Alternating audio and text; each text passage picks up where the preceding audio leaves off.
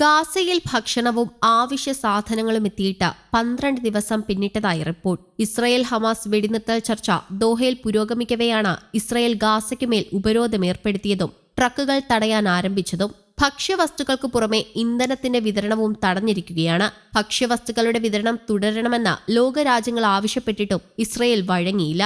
യുദ്ധകാലത്ത് സ്ത്രീകൾക്കും കുട്ടികൾക്കുമെതിരെ ആസൂത്രിതമായ ആക്രമണങ്ങളാണ് ഇസ്രയേൽ നടത്തിയതെന്ന് UN മനുഷ്യാവകാശ കൗൺസിൽ റിപ്പോർട്ടിൽ കുറ്റപ്പെടുത്തിയിരുന്നു. എന്നാൽ ആരോപണങ്ങൾ ഇസ്രയേൽ നിഷേധിച്ചു. ആദ്യഘട്ട വെടിനിർത്തൽ കരാർ അവസാനിച്ചതിനു പിന്നാലെയാണ് ഇസ്രയേൽ ഗാസയെ ഉപരോധിച്ചത്. രണ്ടാം വെടിനിർത്തൽ കരാറിന് ഇസ്രയേൽ മുന്നോട്ട് വെച്ച പല ഉപാധികളും ഹമാസ് അംഗീകരിച്ചിരുന്നില്ല. അതിനിടെ ഗാസയിൽ നിന്ന് ആരും പലസ്തീൻകാരെ പുറത്താക്കില്ലെന്ന് US പ്രസിഡന്റ് ഡൊണാൾഡ് ട്രംപ് അറിയിച്ചു. അയർലൻഡ് പ്രധാനമന്ത്രി മൈക്കൽ മാർട്ടിനുമായുള്ള കൂടിക്കാഴ്ചയ്ക്ക് ശേഷമാണ് ഗാസയിൽ നിന്ന് പലസ്തീൻകാരെ ഒഴിപ്പിക്കുമെന്ന നിലപാട് ട്രംപ് തിരുത്തിയത്. ട്രംപിന്റെ പുതിയ നിലപാടിനെ ഹമാസ് സ്വാഗതം ചെയ്തു. ഗാസയിൽ വൈദ്യുതി വിതരണം നിർത്താൻ നിർദ്ദേശം നൽകിയതായി ഇസ്രയേൽ വൈദ്യുതി മന്ത്രി അറിയിച്ചിരുന്നു.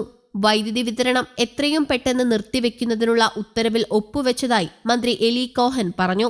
യുദ്ധത്തിൽ പൂർണ്ണമായി തകർന്ന പലസ്തീനിലേക്കുള്ള എല്ലാ സഹായങ്ങളും ഒരാഴ്ചയായി ഇസ്രയേൽ തടഞ്ഞുവെച്ചിരിക്കുകയാണ്. ആ സാഹചര്യത്തിലാണ് വൈദ്യുതി വിച്ഛേദിക്കാനുള്ള അനുമതിയിൽ എലി കോഹൻ ഒപ്പുവെച്ചത്. അതേസമയം യുദ്ധാനന്തര ഗാസ മുനമ്പിനായുള്ള തന്റെ പദ്ധതികളെക്കുറിച്ച് വീണ്ടും ശക്തമായി വാദിച്ച് അമേരിക്കൻ പ്രസിഡന്റ് ഡൊണാൾഡ് ട്രംപ് കഴിഞ്ഞ ആഴ്ചകളിൽ അദ്ദേഹം പറഞ്ഞതിനു വിരുദ്ധമായി ഗാസയിൽ നിന്ന് പലസ്തീനികളെ പുറത്താക്കാൻ പദ്ധതിയില്ലെന്ന് ട്രംപ് മലക്കം മറിഞ്ഞു. ഗാസയുടെ പുനരുദ്ധാരണത്തിനായി എല്ലാ പലസ്തീനികളെയും ഗാസയിൽ നിന്ന് പുറത്താക്കുമെന്നായിരുന്നു ട്രംപ് മുൻപ് പറഞ്ഞിരുന്നത്. എന്നാൽ വൈറ്റ് ഹൌസിൽ മാധ്യമങ്ങളുമായുള്ള ആശയവിനിമയത്തിൽ ഗാസയ്ക്കുള്ള തന്റെ പദ്ധതി പ്രകാരം പലസ്തീനികളെ പുറത്താക്കുന്നതിനെക്കുറിച്ച് പദ്ധതിയില്ല എന്നാണ് ഇപ്പോൾ ട്രംപ് അറിയിച്ചിരിക്കുന്നത്. ആരും ഒരു പലസ്തീനിയെയും പുറത്താക്കുന്നില്ല. നിങ്ങൾ ആരുടെ കൂടെയാണെന്ന് മാധ്യമപ്രവർത്തകരോട് ട്രംപ് തിരിച്ച് ചോദ്യം ഉന്നയിക്കുകയും ചെയ്തു. തുടർന്ന് മാധ്യമപ്രവർത്തകന്റെ പ്രസ്താവനയെ പരിഹസിച്ചു. കഴിഞ്ഞ മാസം അമേരിക്ക ഗാസ പിടിച്ചടക്കുമെന്നും മധ്യേഷ്യയിലെ റിവിയേര ആയി വികസിക്കുമെന്നും പ്രഖ്യാപിച്ചുകൊണ്ട് ട്രംപ് ലോകത്തെ ഞെട്ടിച്ചിരുന്നു.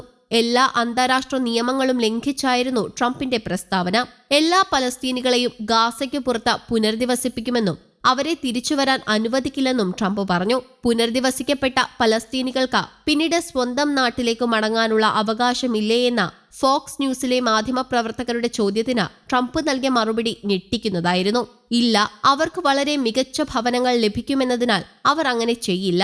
മറ്റൊരു വിധത്തിൽ പറഞ്ഞാൽ അവർക്കായി ഒരു സ്ഥിരം സ്ഥലം നിർമ്മിക്കുന്നതിനെക്കുറിച്ചാണ് ഞാൻ സംസാരിക്കുന്നതെന്നായിരുന്നു ട്രംപിന്റെ മറുപടി.